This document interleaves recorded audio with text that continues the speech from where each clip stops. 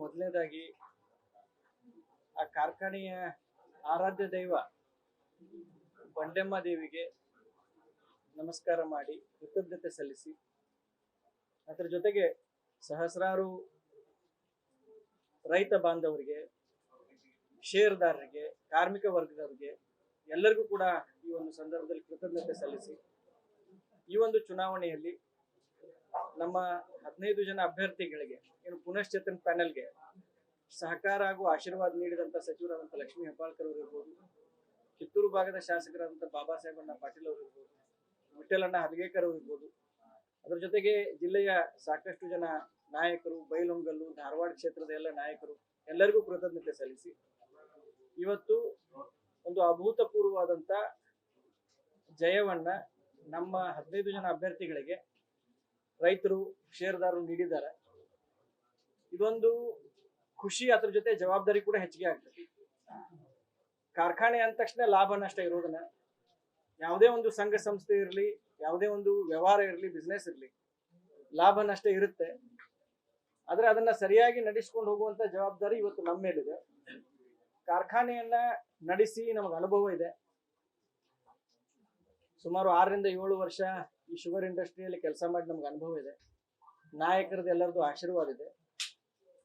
ಖಂಡಿತವಾಗಿ ಒಳ್ಳೆಯ ಕೆಲಸ ಮಾಡ್ತೀವಿ.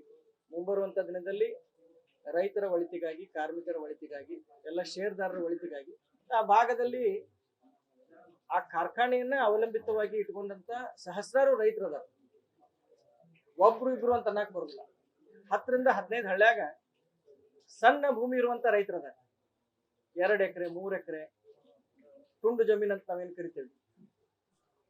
ಆ ರೈತರಿಗೆ ಏನಪ್ಪ 30 ಟನ್ 40 ಟನ್ 50 ಟನ್ ಏನೋ ಕಬ್ಬು ಬೆಳಿತಾರೆ. ಆ ಕಬ್ಬನ್ನ ನಾವು ಸರಿಯಾದ ಸಮಯಕ್ಕೆ ನುರಿಸ್ಬೇಕಂದ್ರೆ ಈ ಸಹಕಾರಿ ರಂಗದಲ್ಲಿರುವಂತಹ ಕಾರ್ಖಾನೆ ಜೀವಂತ ಆಗಿರೋದು ಬಹಳ ಅವಶ್ಯಕ. ಅದನ್ನ ನಾವು ಸರಿಯಾಗಿ ನಡ್ಕೊಂಡು ಹೋಗ್ತೀವಿ ಮತ್ತು ರೈತರಿಗೆ ಕೊಟ್ಟಂತ ಆಶ್ವಾಸನೆಗಳನ್ನ ಎಲ್ಲ ಈಡೇರಿಸ್ತೀವಿ ಅಂತ ಈ ಸಂದರ್ಭದಲ್ಲಿ ಹೇಳ್ತೀವಿ. ಸರಿಯಾದ ಸಮಯ ಏನು ಕಬ್ಬು ಪೂರೈಕೆ ಮಾಡಿರ್ತಾರೆ ಅವ್ರಿಗೆ ಸರಿಯಾಗಿ ಇದು ಬರಂಗಿಲ್ಲ, ಪಾವತಿ ಆಗಿಲ್ಲ ಹಣ ಅನ್ನೋ ಒಂದು ವಿಚಾರ ಬಹಳಷ್ಟು ಸಕ್ಕರೆ ಕಾರ್ಖಾನೆಗಳ ಮೇಲೆ ಆರೋಪ. ತಾವು ಈಗ ಒಂದು ಮ್ಯಾನಿಫೆಸ್ಟೋ ಮಾಡ್ಕೊಂಡು ಪ್ರಚಾರ ಕೇಳಿದು ಗೆದ್ದು ಬಂದಿದ್ದೀವಿ, ಅದನ್ನ ಯಾವ ರೀತಿ ನಿಭಾಯಿಸ್ತೀವಿ ನೋಡಿ. ಶುಗರ್ ಇಂಡಸ್ಟ್ರಿಯಲ್ಲಿ ಸಕ್ಕರೆ ರೇಟು ಏನ್ ಮಾರುಕಟ್ಟೆಯಲ್ಲಿ ಎವ್ರಿಡೇ ಫ್ಲಕ್ಚುಯೇಟ್ ಆಗ್ತದೆ. ಬೇರೆ ಪದಾರ್ಥಗಳ ಪ್ರಕಾರ ಇದು ಕಾನ್ಸ್ಟೆಂಟ್ ಆಗಿ ರೇಟ್ ಇರುವುದಿಲ್ಲ. ಇವತ್ತ 3500 ಇದ್ದಿದ್ದು ಒಮ್ಮೆ ಶಾರ್ಟೇಜ್ ಕ್ರಿಯೇಟ್ ಆದ್ರೆ ನಾಳೆ 3600 ಆಕತ್ತೆ. ಸಪ್ಲೈ ಜಾಸ್ತಿ ಆದಾಗ 3300 ಆಕತ್ತೆ. ಆದ್ರೆ ನಾವು ಅಳದು ತೂಗಿ ಸಕ್ರಿ ಮಾರ್ಬೇಕಾಗತ್ತೆ.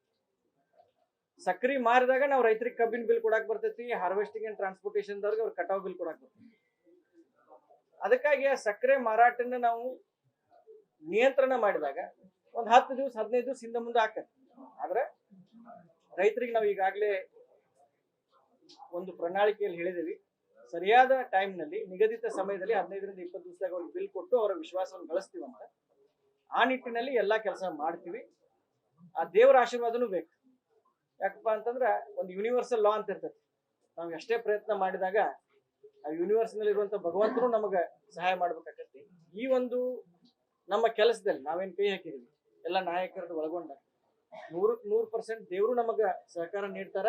ರೈತರಿಗೆ ಕೊಟ್ಟಂತ ಎಲ್ಲಾ ಭರವಸೆಗಳನ್ನ ನಾವು ಈಡೇರಿಸ್ತೇವೆ.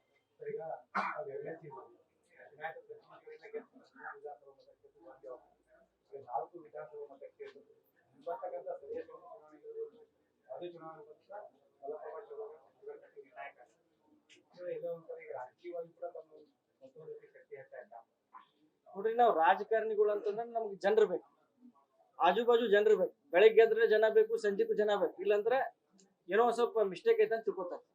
ಅದಕ್ಕಾಗಿ ನಮಗೆ ಜನರ ಹತ್ತಿರ ಹೋಗ್ಲಿಕ್ಕೆ ಒಂದು ಅವಕಾಶ ಸಿಕ್ಕೈತಿ. I will take it that way. ಒಂದ್ ದೇವ್ರ ಅವಕಾಶ ಕೊಟ್ಟಿದ್ದಾನು, ರೈತರ ಅವಕಾಶ ಕೊಟ್ಟಿದ್ದಾನೆ, ಅವ್ರ ಹಂತಲ್ಲಿ ಹೋಗಕ್ಕೆ ಅವಕಾಶ ಕೊಟ್ಟಿದ್ದಾನೆ. ಅದನ್ನ ನಾವು ದುರುಪಯೋಗ ತಗೊಳ್ಳೋದಿಲ್ಲ. ಎಲ್ಲರೂ ನಮ್ಗೆ ನಾಯಕರು ಒಂದು ಕಲೆಕ್ಟಿವ್ ಲೀಡರ್ಶಿಪ್ ಅಲ್ಲಿ ಮಾಡಿದಾಗ ನಾವು ಅದನ್ನ ವ್ಯತಿರಿಕ್ತವಾಗಿ ಉಪಯೋಗ ಮಾಡ್ಕೊಳ್ಳಿಕ್ ಬರೋದಿಲ್ಲ. ಎಲ್ಲರ ವಿಶ್ವಾಸವನ್ನು ಗಳಿಸೋ ಕೆಲಸ ಮಾಡ್ತೀನಿ. ಎಲ್ಲರ ಬಾಯಲ್ಲಿ ಒಂದು ಒಳ್ಳೆ ಹೆಸರು ತರಲಿಕ್ಕೆ ಕೆಲಸ ಮಾಡ್ತೀನಿ. ಯಾರ ಮನಸ್ಸಿಗೆ ಚ್ಯುತಿ ಬರದೋ ರೀತಿ ಎಲ್ಲ ನಾವು 15 ಜನ ನಿರ್ದೇಶಕ ಮಂಡಳಿ ಏನು ಇದಕ್ಕೆ ನಾಯಕತ್ವ ಐತಿ. ಬಾಬಾ ಸಾಹೇಬ್ ಪಾಟೀಲ್ ಅವರು ಇರ್ಬೋದು, ವಿಠ್ಠಲ ಹರ್ಗೇಕರ್ ಇರ್ಬೋದು, ಸಚಿವರಾದಂಥ ಲಕ್ಷ್ಮೀ ಹೆಬ್ಬಾಳ್ಕರ್ ಇರ್ಬೋದು, ಇದಕ್ಕೆ 3 ಜನ ಈ ಪ್ಯಾನೆಲ್ ನಾಯಕರದಾರೆ. ಆ ನಾಯಕರ ಒಂದು ವಿಶ್ವಾಸವನ್ನ ಗಳಿಸಿ ಅವರ ಮಾರ್ಗದರ್ಶನದ ಮೇಲೆ ಕಾರ್ಖಾನೆನ ನಡೆಸ್ತೀವಂತ ಸಂದರ್ಭದಲ್ಲಿ ಕೊನೆ ಪ್ರಶ್ನೆ ಸರ್. ಈಗ ಹಿಂದೆ ಮಾಡಿದಂತ ಆಡಳಿತ ಮಂಡಳಿ ಗುಂಡಾಗುಂದಿಯಿಂದ ಅಲ್ಲಿರ್ತಕ್ಕಂಥ ಕೆಲಸ ಮಾಡ್ತಕ್ಕಂಥ ಕಾರ್ಮಿಕರಿಗೆ 4 ತಿಂಗಳು 5 ತಿಂಗಳು 1 ವರ್ಷಗಟ್ಟಲೆ ಅವ್ರಿಗೆ ವೇತನ ಬರ್ತಾ ಇಲ್ಲ. ಪಾಪ ಅವ್ರ ಪರವಾಗಿ ನಾವು ಪ್ರಶ್ನೆಯನ್ನ ಕೇಳ್ತಾ ಇದ್ದೀವಿ, ಮುಂದೆ ಏನಾದ್ರೂ ಚೇಂಜಸ್ ಆಗ್ಬೋದಾ ಅಂತ. 100% ಕಾರ್ಮಿಕರಿಗೆ ಬಹಳ ಶೀಘ್ರದಲ್ಲಿ ನಾವು ಒಂದು ಸಿಹಿ ಸುದ್ದಿಯನ್ನು ಕೊಡ್ತೀವಿ. ವೇತನವನ್ನ ಸರಿಯಾದ ಸಮಯದಲ್ಲಿ ಅವ್ರಿಗೆ ಕೊಡ್ಲಿಕ್ಕೆ ನಾವು ಈಗಾಗಲೇ ನಮ್ಮ ಪ್ರಣಾಳಿಕೆಯಲ್ಲಿ ಹಾಕೊಂಡಿದ್ದೀವಿ. ಕಾರ್ಮಿಕರಿಗೆ ನಿಗದಿತ ಸಮಯದಲ್ಲಿ ಸರಿಯಾದ ಸಮಯದಲ್ಲಿ ಅವರಿಗೆ ನೀಡಬೇಕಾದಂತ ವೇತನವನ್ನ ಈ ಒಂದು ಪ್ರಸ್ತುತ ಆಡಳಿತ ಮಂಡಳಿ ನೀಡಲಿದೆ ಅಂತ ಹೇಳಿಕ್ ಬಯಸ್ತೇನೆ.